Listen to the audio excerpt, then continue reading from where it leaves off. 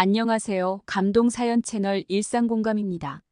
꾸준히 한국과 각별한 인연이 있는 외국인분들의 이야기를 생생하게 전달하는 데 힘쓰도록 하겠습니다. 이제 오늘의 사연자분 모셔볼게요. 사연자님 안녕하세요. 안녕하세요. 저는 멕시코 출신 부모님을 둔 케이팝 매니아이자 한국을 너무나 사랑하는 소피아라고 해요. 5년 전 가족여행으로 간 한국에서 경험한 미국인 입장에서 충격적이었던 사건에 대해 전해드리고 싶습니다. 저희 부모님은 더욱 충격을 받으셨던 것 같아요. 무슨 일이 벌어졌는지 얼른 알려드리고 싶네요. 저는 캘리포니아주 에서튼에서 태어나고 자랐습니다. 이곳은 미국에서도 손에 꼽히는 부자 동네인데요. 지금 여기서 가장 인기 있는 음악 장르가 뭔지 아시나요? 바로 K-팝입니다. K-팝을 모르는 사람이 없죠. K-팝뿐만이 아니라 한국과 관련된 모든 것들에 대해 관심이 많은 상태입니다. 저희 아버지와 어머니는 꽤 안목이 좋으셔서 2015년경에 이미 한국 문화 산업에 관한 주식을 구매하셨어요. 그 이후에 봉준호 감독의 영화 기생충과 넷플릭스 드라마 오징어 게임이 나오면서 아주 대박이 터졌죠.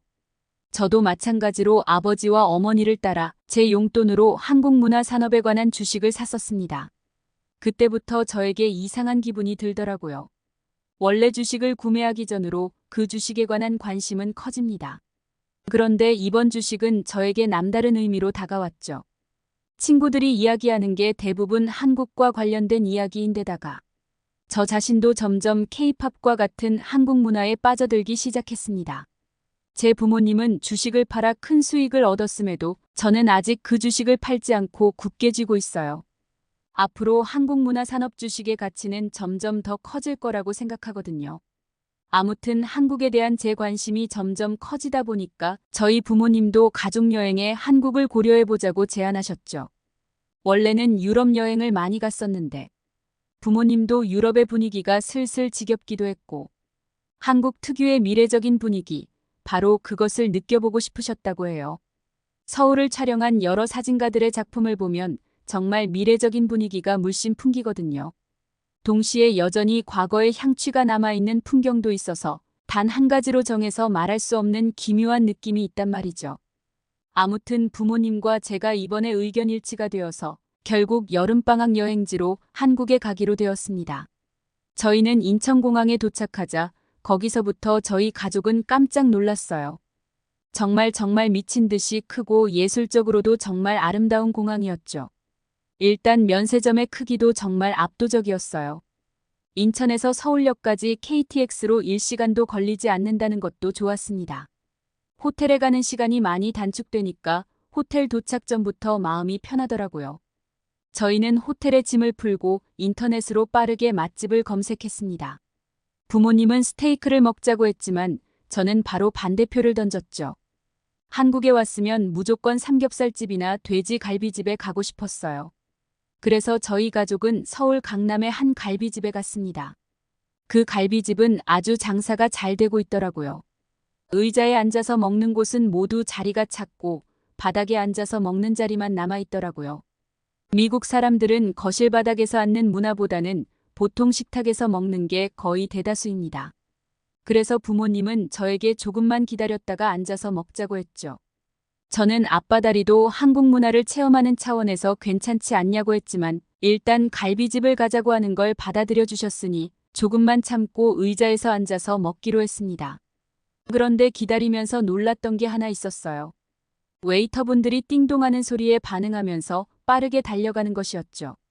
띵동하는 소리를 어디서 내나 살펴봤더니 손님들이 앉아있는 테이블에 붙어있는 벨에서 나는 것이었습니다.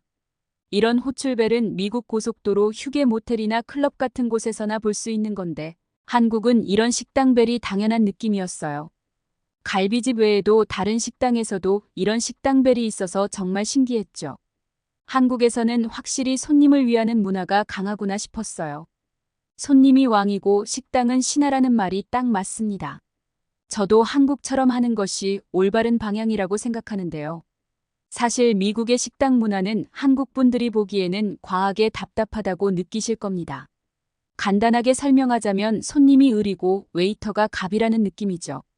메뉴도 미처 다 보지 않았는데 마시고 싶은 걸 대답하라거나, 물론 그럴 때는 시간을 달라고 하면 물러나죠.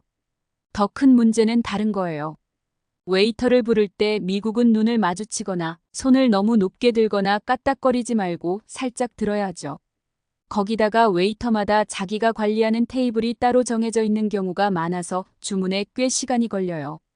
정말 골치 아프죠.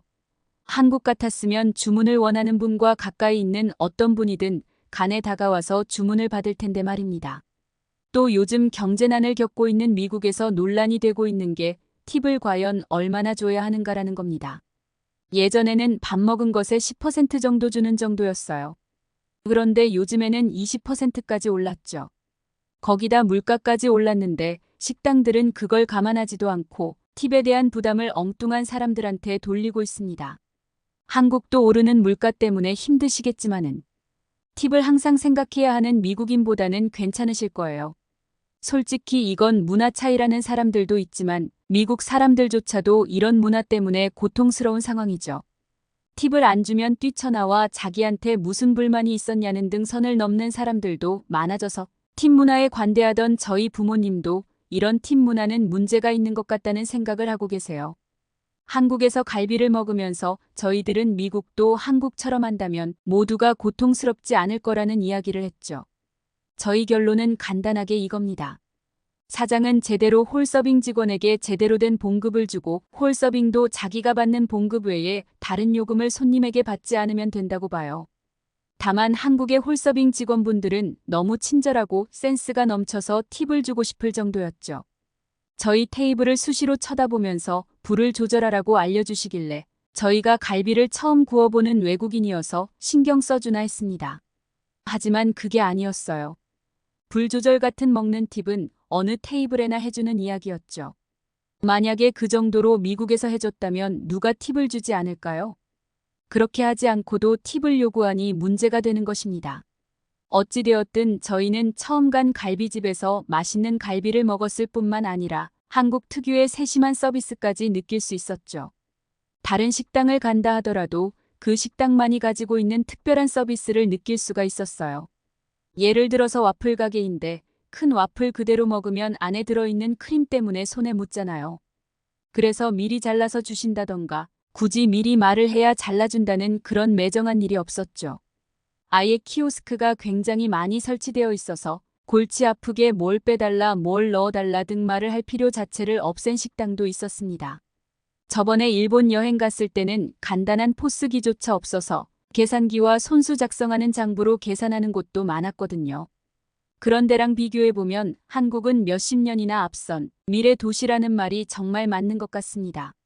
저는 이제 곧 대학에 입학하는데 교환학생 프로그램이 있다면 반드시 한국으로 가볼 생각이에요. 단순히 여행객으로서만이 아니라 한국 사회에 속해 살아가는 사람으로서 살아보고 싶은 생각이 있습니다. 다만 이건 모두 제가 몇 년 전 한국 여행에서 받은 좋은 인상 때문이죠. 앞으로도 계속 한국이 좋은 기억으로 남아있으면 좋겠네요. 사연이라기보다는 한국과 미국의 식당 문화를 비교하는 정보 전달이 되어버렸네요. 그래도 재미있게 들어주셔서 감사합니다. 소피아님의 사연 어떠셨나요? 한국의 식당벨이 단순히 신기하다고 끝난 사연이 아니라 더 나아가 미국의 팁 문화의 심각한 문제에 대해 이야기한 좋은 사연이었죠. 미국의 팁 문화가 비록 역사와 전통이 있는 미국만의 특이한 문화라 보고 재미있게 바라볼 수 있겠지만 미국인들처럼 팁을 사실상 강요당하는 입장에 처한다면 이런 문화는 반드시 개선되어야 하는 게 정답일 것입니다. 지금까지 감동사연 채널 일상공감이었습니다. 감사합니다.